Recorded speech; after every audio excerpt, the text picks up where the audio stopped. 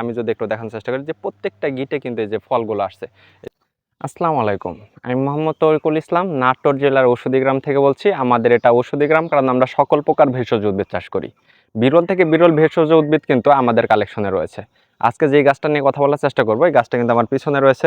গাছটা যদি একটু প্রথমে ভালো করে দেখানোর চেষ্টা করি, এটা কিন্তু ননি ফল গাছ। এটা কিন্তু নতুন একটি ভেষজ উদ্ভিদ। ভেষজ উদ্ভিদ এই কারণে বলতেছি যে এই গাছটার যে ফলগুলো রয়েছে এটা অত্যন্ত কার্যকরী। চিকিৎসার ক্ষেত্রে কিন্তু এই গাছটাকে কিন্তু ব্যবহার করা হয়ে থাকে।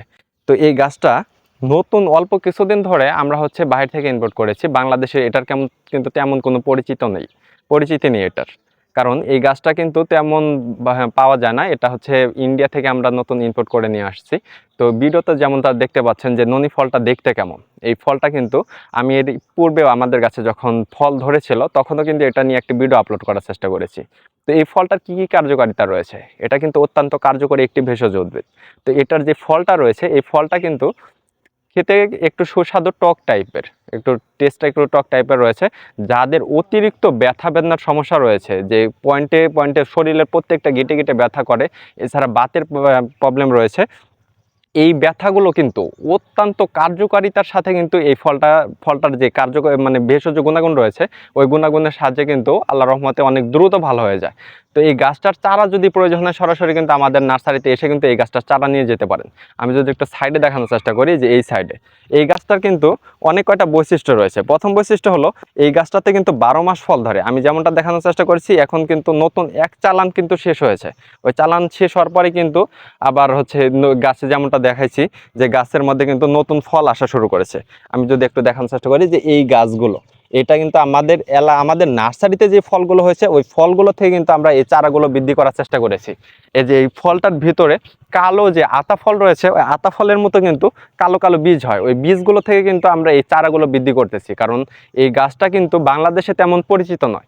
যেহেতু অনেক যারা নার্সারি করতেছে বা ছাদ বাগান পছন্দ করে, এই গাছটার চারা খুঁজে থাকে, তেমন কোথাও পায় না, তারা কিন্তু সরাসরি আমার সাথে যোগাযোগ করে এই ননি ফলের চারাটা কিন্তু কালেক্ট করে নিয়ে যেতে পারেন। আমাদের এটা নাটোর সদর উপজেলা। কারো যদি কোনো ভেষজ উদ্ভিদের প্রয়োজন হয়, যদি যাতায়াতে একটু অসুবিধা হয়ে থাকে, তাহলে কিন্তু কুরিয়ারের মাধ্যমে পাঠাতে পারবো।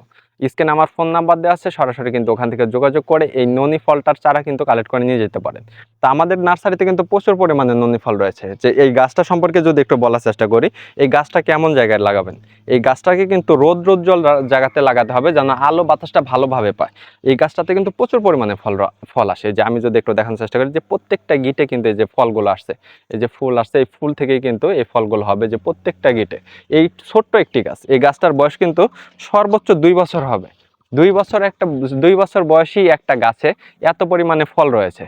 এই ফলটা কিন্তু বাজারে দেখা যাচ্ছে 2000 থেকে 2500 টাকা কেজিতে বিক্রি করা হয়ে থাকে। কারো বাসায় যদি একটা ননি ফলের গাছ থাকে, তাহলে কিন্তু তার নিজের চাহিদা পূরণ করার পাশাপাশি আত্মীয় স্বজনের প্রত্যেকের কিন্তু চাহিদা পূরণ হতে এটা বাধ্য। কারণ এই গাছটাতে আমি যেমনটা দেখানোর চেষ্টা করছি, প্রত্যেকটা গিটে গিটে ফল আসে। যদি কেউ কিনে খেতে যায়, তাহলে 1 কেজি ফল 2000 থেকে 2500 টাকার মাধ্যমে কিনে কি খাওয়া সম্ভব?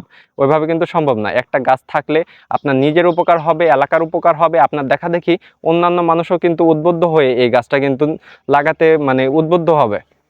কারো যদি এই ননি ফলের চারা প্রয়োজন হয়, তাহলে কিন্তু সরাসরি আমার সাথে যোগাযোগ করে নিতে পারেন। আমাদের কাছে প্রত্যেকটা ভেষজ উদ্ভিদ অ্যাভেলেবেল রয়েছে।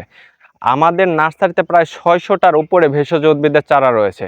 কারো যদি নিজের ব্যবহারের জন্য প্রয়োজন হয়, নিতে পারেন। আজকের ভিডিওটা আর বেশি বড় করতে চাচ্ছি না। পরবর্তীতে আমাদের এলাকার নতুন কোনো ভেষজ উদ্ভিদ, নতুন কোনো প্রজাতির ভেষজ উদ্ভিদ নিয়ে কথা বলার চেষ্টা করব। আজকে এই পর্যন্তই। আসসালামু আলাইকুম।